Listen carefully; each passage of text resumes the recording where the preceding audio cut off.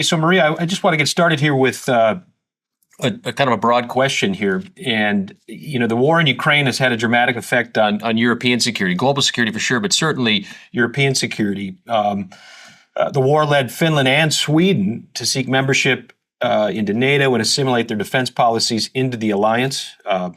In most of the high north countries, the Nordic countries are in a process of rearmament or considering increasing defense spending. 1 year into Sweden's NATO membership now, I think we're about at that point. What have been some of the new opportunities you've seen for security collaboration, or what, maybe more broadly, what's been the Swedish mindset here over the last year or so, up to a session into NATO? Now that NATO accession has come and gone, we got a year behind us there. It's a different security environment. What's been some of the strategic thinking there in Stockholm and across the country? Thank you very much for the question. It's a very broad question, though, and maybe I start with the culture change that I see from the Swedish perspective, where we, from being in peace for 200 years and being a neutral country, decided to apply and join the NATO alliance. And to be honest with you, I would say that actually that was our Finnish colleagues that took the first step and reached out. And we have a long history together, Finland, Norway, and Sweden. And when Finland decided to go, we followed, political wise. But what also struck us was that the population in Sweden was very, very positive. And we have not seen any type of hesitations when it comes to rebuilding the total defense, supporting the other NATO countries, and go all in to be a good contributing NATO member. Another important part of this is, as I said, the three countries in the north, Sweden, Norway, and Finland. Being NATO members, the three of us, we got a connectivity of the region, not only when it is crisis, but also to be able to fight together in wartime. And this area have a lot of challenges, as you also have in Alaska, with harshly populated areas, lack of infrastructure, and waste distances between competencies and support, and of course a subarctic climate. And just having these factors, I think the three of us make us ourselves stronger to deter, to have an integrated deterrence also on the local and regional level among the civil population. The NATO membership for us, 1 year in NATO, I can just see a lot of positive outcomes from us from a security and defense perspective. I think one of the things that stand out for me sometimes when I think about the way that the Nordic nations approach security is this concept of the whole of society, or to total defense. And maybe it's not something in the United States people are as familiar with. I was hoping you could share us a little bit about that, because it is a different way of thinking about how you defend the homeland. And I know you're familiar with this topic, so I hope maybe you could share a few kind of psychological approaches that the Swedes and really the Nordics take when it comes to security.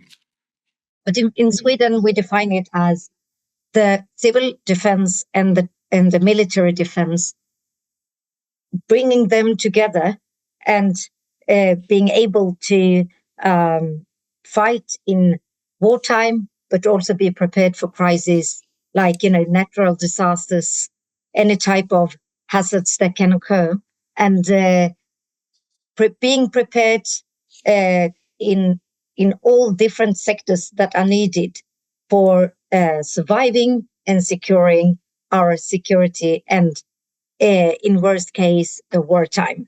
So the wartime is the sort of the goal for total defense when it comes into power. That is what we need to survive and what we need to function as a state and to defend the world rule-based order, the democracy and the human rights in our country, and not at least to also support our neighbors in this regard. So from the Swedish side, looking at this, it's all from the very local level, from the local society to function, to be robust and resilient. And we have defined it into 10 sectors that should be the very start. It's like the financial sector, you have the energy sector, you have the civil protection, and so on and so forth. So, of course, medical preparedness and everything. So these are the structure that is the basis. And then on top of that, you have children, the children childcare, schooling. You also have migration, and you have type of issues that are cross-cutting through all these sectors that have, by definition today, not a sector on its own, but might develop throughout. We are learning from Ukraine, looking into lessons identified, how they have being resilient, what is the new war, and what do we need to be prepared for, what do we need to develop and innovate in this regard. So the total defense in general is the civil defense capability to support the military defense to function. And in a whole, you get the total defense. So does joining NATO impact that all? And what I mean by that is for as you mentioned, 200 years, Sweden maintained more of a neutral position, responsible mostly for its own defense, although you did mention there's some elements of a unified security mindset there in the European High North, but still a neutral country. And then Sweden joins NATO and in some ways has to enter into the alliance. It offers so much. It's great to have Sweden as part of the alliance, but yet now it has to consider what it's offering to the alliance in sort of the integrated construct. And there's the 2025 to 2030 defense resolution that I interpret as sort of building upon Sweden's defense posture. But through this approach, this total defense approach, and now being part of NATO, does this new defense resolution build upon Sweden's defense position? Does it shift the mentality a little bit? Maybe you could share a little bit about that. Yes, absolutely is the short answer, but I will try to give you a little broader picture of that. Our defense policy, I would say for the general population, that is economic-wise, that we are increasing our defense spending and increasing the total defense in itself. That means that we are spending on both the civil side, but also on the development of arms and also support for other countries. And the NATO, being a NATO member, I think the biggest shift for us is also that we have to think out from the northern flank. Mm-hmm. We have to be more taking a bigger responsibility, for example, the Black Sea, Europe, Indo-Pacific, understand, that we are a collective of countries that being allied and partners. And that means something that we also need to be prepared to support and join where we are needed. And that is a mental shift in itself. But otherwise, I think we are a nation, as you said, 200 years of peace. In one way, it hasn't done us good because we sometimes are a little bit too laid back. But on the other hand, now when we are, on the road, so to speak, and understand that we have a role to play, and we are also a nation in the Nordic region, I think that shift is very positive. But of course, the defense spending and the spending on the civil defense, that will also hurt. Yeah, I think I'm just looking at some of the numbers that I have here, increasing defense expenditures, reaching about 2.6% of GDP by 2028, standing up 4 new brigades, increasing conscription perhaps by about 25%. I mean, pretty substantial investment in defense there, and certainly applaud Sweden for taking those those steps. I want to pull on something that you mentioned there about connecting various regions. And from sitting here in the United States, we look at Europe and you see the high north nations of Europe, and you look at the Arctic nations, Norway, Sweden, Finland, Denmark, and we see Arctic countries. But of course, you zoom in a little bit more, and perhaps the Swedes would appreciate this is also a Baltic country. But you even just mentioned the Black Sea and how all these regions are connected: the Arctic, the Baltic, and even the Black Sea. Can you share a little bit more on how you see that? Because I think sometimes it can be kind of microscopic those are Arctic countries and they only think Arctic. And then, okay, maybe they think a little bit about the Baltic. But you're even talking about the Black Sea, which there's no geographic border between Sweden and the Black Sea. But of course, if we're talking about security in the context of the war in Ukraine, the Black Sea is a critical component of that conflict. And Sweden bringing some of its maritime capabilities and other capabilities to the NATO alliance. It's to me, it's comforting to hear you talk about other regions outside of the geographic area that Sweden exists within. So maybe you could share a little bit on that. Absolutely, and looking into the Black Sea region, why does that matter to us? Well, I would say that it's a great importance for us to zoom out and then zoom in again. And zooming out and looking at the Black Sea region, understanding that the Russian border does start from the very Arctic in the high north of Scandinavia and all the way down to the Mediterranean, and understand the pattern, the things that we have in common that we can read out from their experiences can also teach us how to act in the Nordics and in the Baltic Sea region. And tensions or activities, if that is like hybrid activities that occurs in the Black Sea region, that might be the same pattern, and that might be something that we can support, learn from each other, and also defend and share experience in this regard. Of course, there are two completely different environments, but I think we have a lot in common, and that is important. And not at least, I would say that the Nordic part is, of course, democratic-wise, a strong part of the world. We are stable, we are democratic, we are wealthy. The Black Sea region has younger democracies, another history, but at the same time, we're all Europeans, and we should definitely put attention to each other and try to support where we can. So I think that is one of the important things to understand. Another thing is looking at the maritime domain as such. I think we can learn quite a bit from the Russian behavior in the Black Sea, and see also what also occurs in the Baltic Sea region.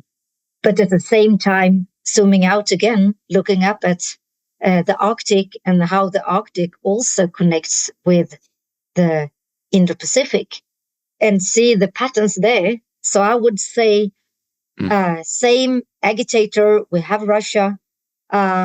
We have the same border, Black Sea, Baltic Sea, but we also have to learn to zoom out and look at even other regions. I think the gain is zooming out and zooming in and see what can we take of the best parts where we can build a stronger defense and make a more secure and resilient society, and what are the lessons identified that we can share, and what can we also bring when it comes to psychological defense and psychological domain, so to speak, with the cognitive dominance.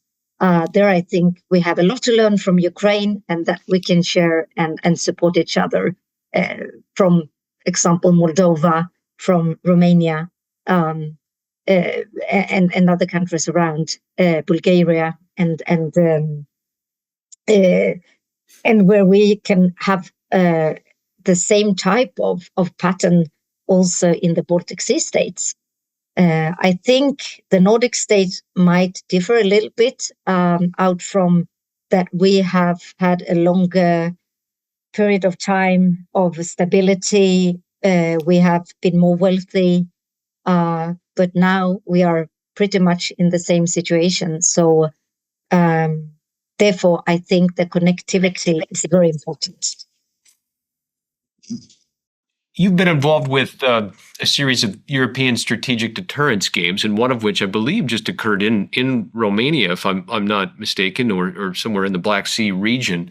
And at first glance, I was a bit surprised to see the Swedish Defence University involved in a deterrence game or workshop in the Black Sea region. But you just did a nice job pulling out some of the similarities between the two regions. At first glance, you look at the map, you see the Baltic Sea in the high north of Europe and say, okay, it's got its distinctive challenges, certainly some subsea cables that have been cut in the Baltic Sea. And, I first thought, well, what is Swedish Defence University doing in Romania with the European deterrence game? But here you've just drawn out a lot of reasons why Sweden and SDU, for that matter, can bring experience and knowledge to the table in a workshop involving some other NATO members. So speaking of which, I know that this is something that you're deeply involved with in your current role as the Senior Project Director for the Strategic Implications and Innovations Center.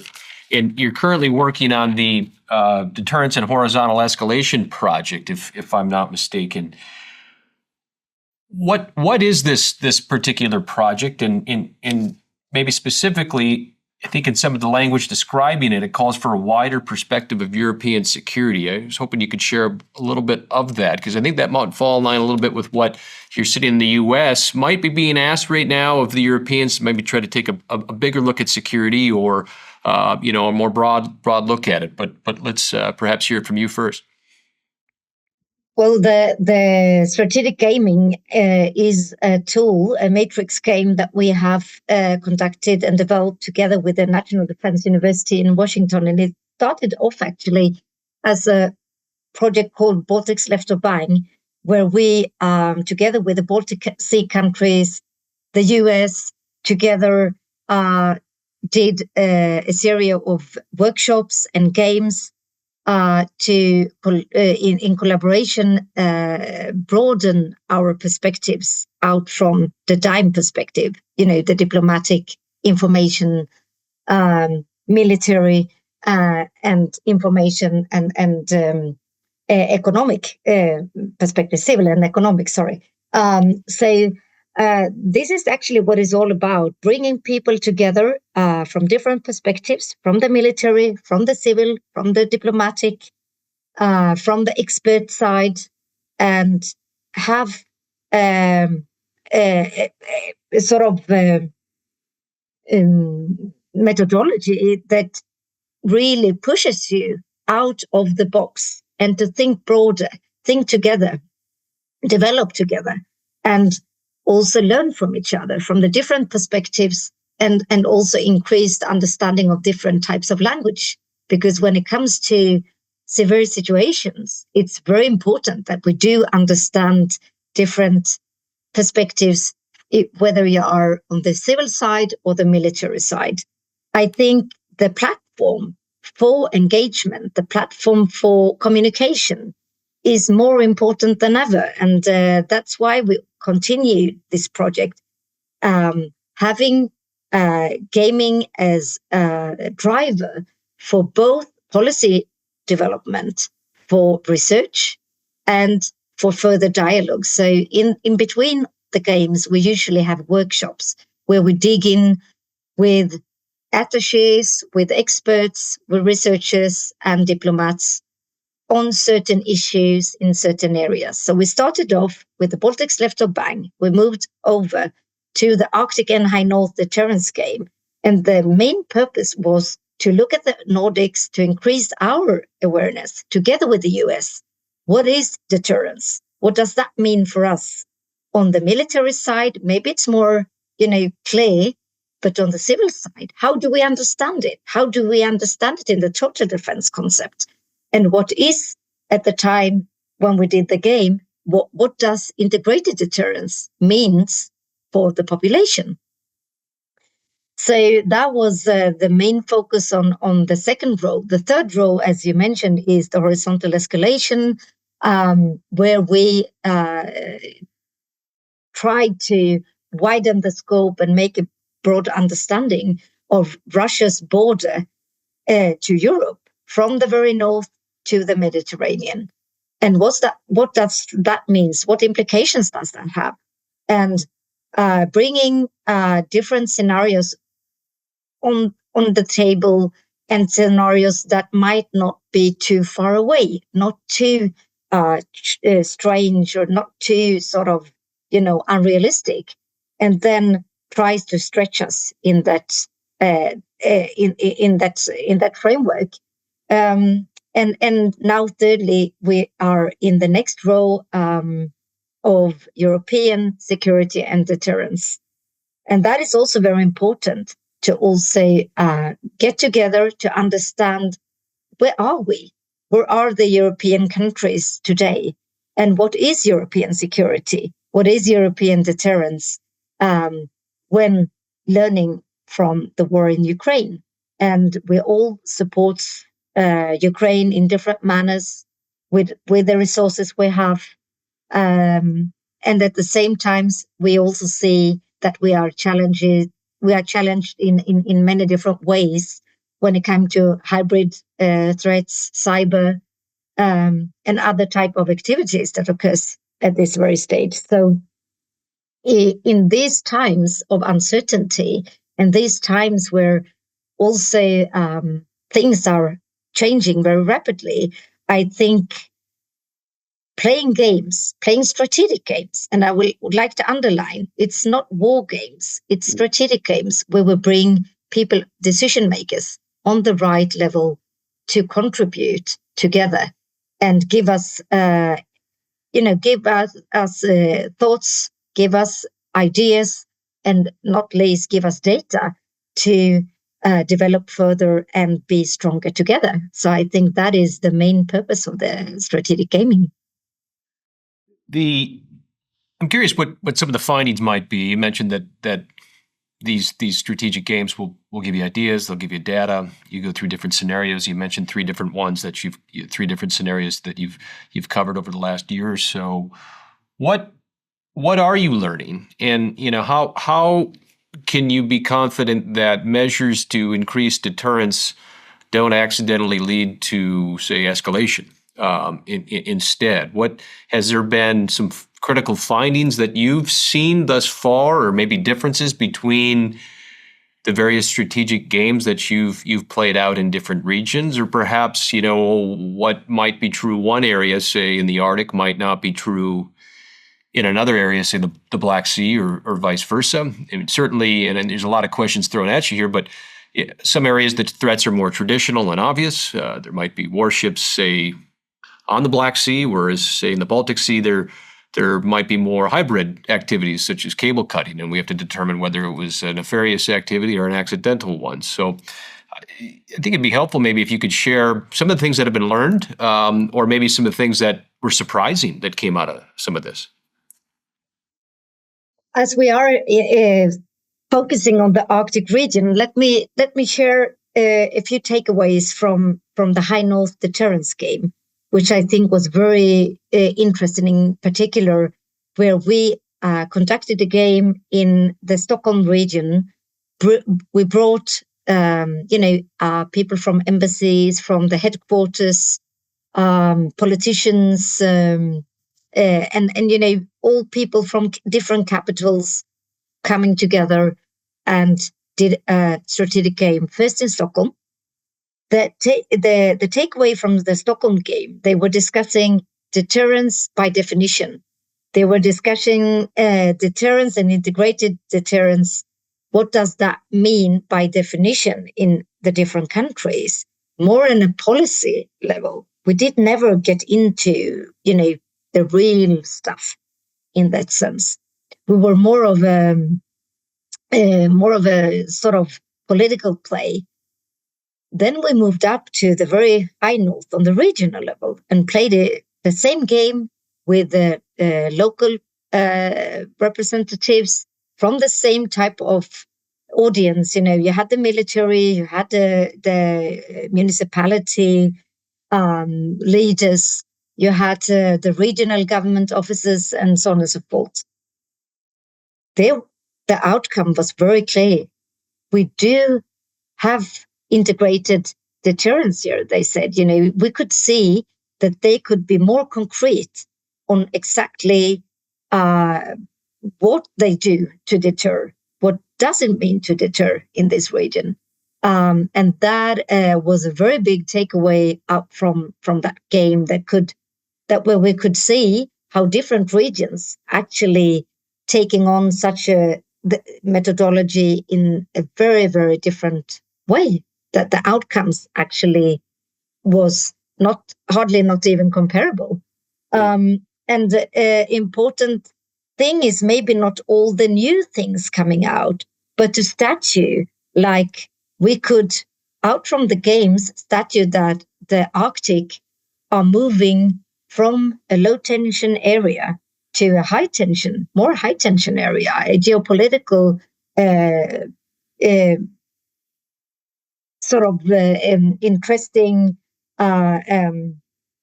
area where great power competition starts to occur, and where we have a climate change that definitely will change the way on how we look at the globe, where the Arctic might be more in focus. It has been seen like something very far away.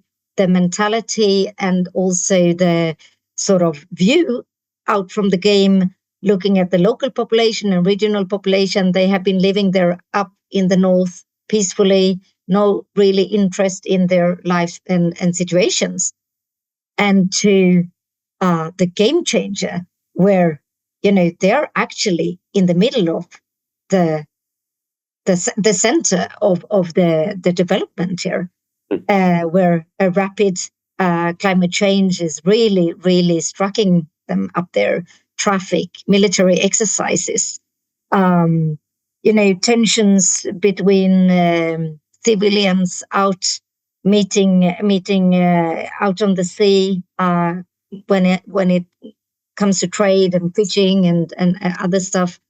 So the games itself might not be a lot of new insights, but they at least can give us a sort of flavor and an indicator of things that we might know, we might didn't know exactly, but we get more sort of data to dig deeper into and maybe also make research on. So I think that is very important, and it's very important also for decision makers to get the data out of the games, where they can actually contribute to strategies, and out from the lessons identified, have deeper workshops where we can really fine-tune things. So that is a few reflections out what we can see from the games.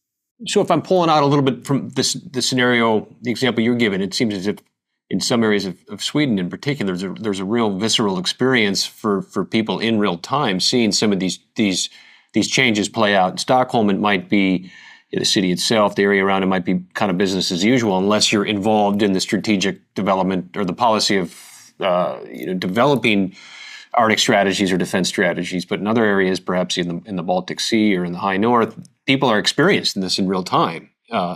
And you're able to collect data off of that, sometimes just to validate what you previously knew, which is helpful, but sometimes to validate what might not have existed in the past. That in some ways is fascinating unto itself.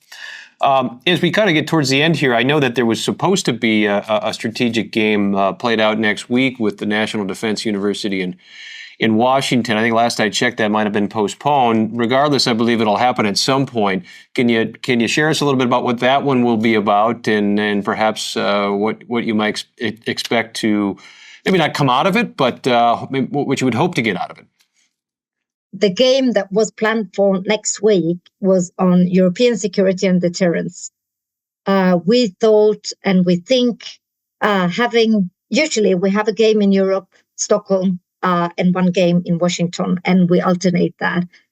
And that is also to see, what is your view? What is the Washington collective view on certain issues on European security and deterrence? and then play out the deterrence game also in Europe and in Sweden could give us a comparability of the two games. We postponed. You have had an election, as you all know, and you have a new administration, and we were not sure whether there will be a lockdown or not. And we thought, due to all the development that is actually occurring now and the change that you are in, when the new administration is in place, when we know a little bit more, I think it would be a very good ground to share experiences, to be together and dig deeper into the European security arena. I think that will give us much more of interesting output and also of exchange of views from different perspectives, from the American side, but also from the European side. So in this regard, we invite European countries and we invite US colleagues, civil military diplomats and experts and researchers. So I do hope that we can, by these games, have them as a driver, as a tool to deeper our understandings, our perspectives from different angles, and move forward in a more, jointly coordinated way, and that the games itself can be a contributor to a more harmonized development between the civil and military understanding on security and defense issues. Well, it seems these games have been helpful in the past, and the exchange of views going forward will certainly be helpful and informative to everybody's security and defense policies as we move into the future, whatever that might hold. Maria, thanks for taking the time to be with us today. We hope to see you sometime soon at a strategic gaming exercise or at a Ted Stevens Center event, whether it be here in Alaska, in Washington, in Stockholm, or anywhere else. There's plenty more we could get to, but I think we'll leave it at that for now, and we'll see you sometime on down the road. Thank you very much for having me. Thank you.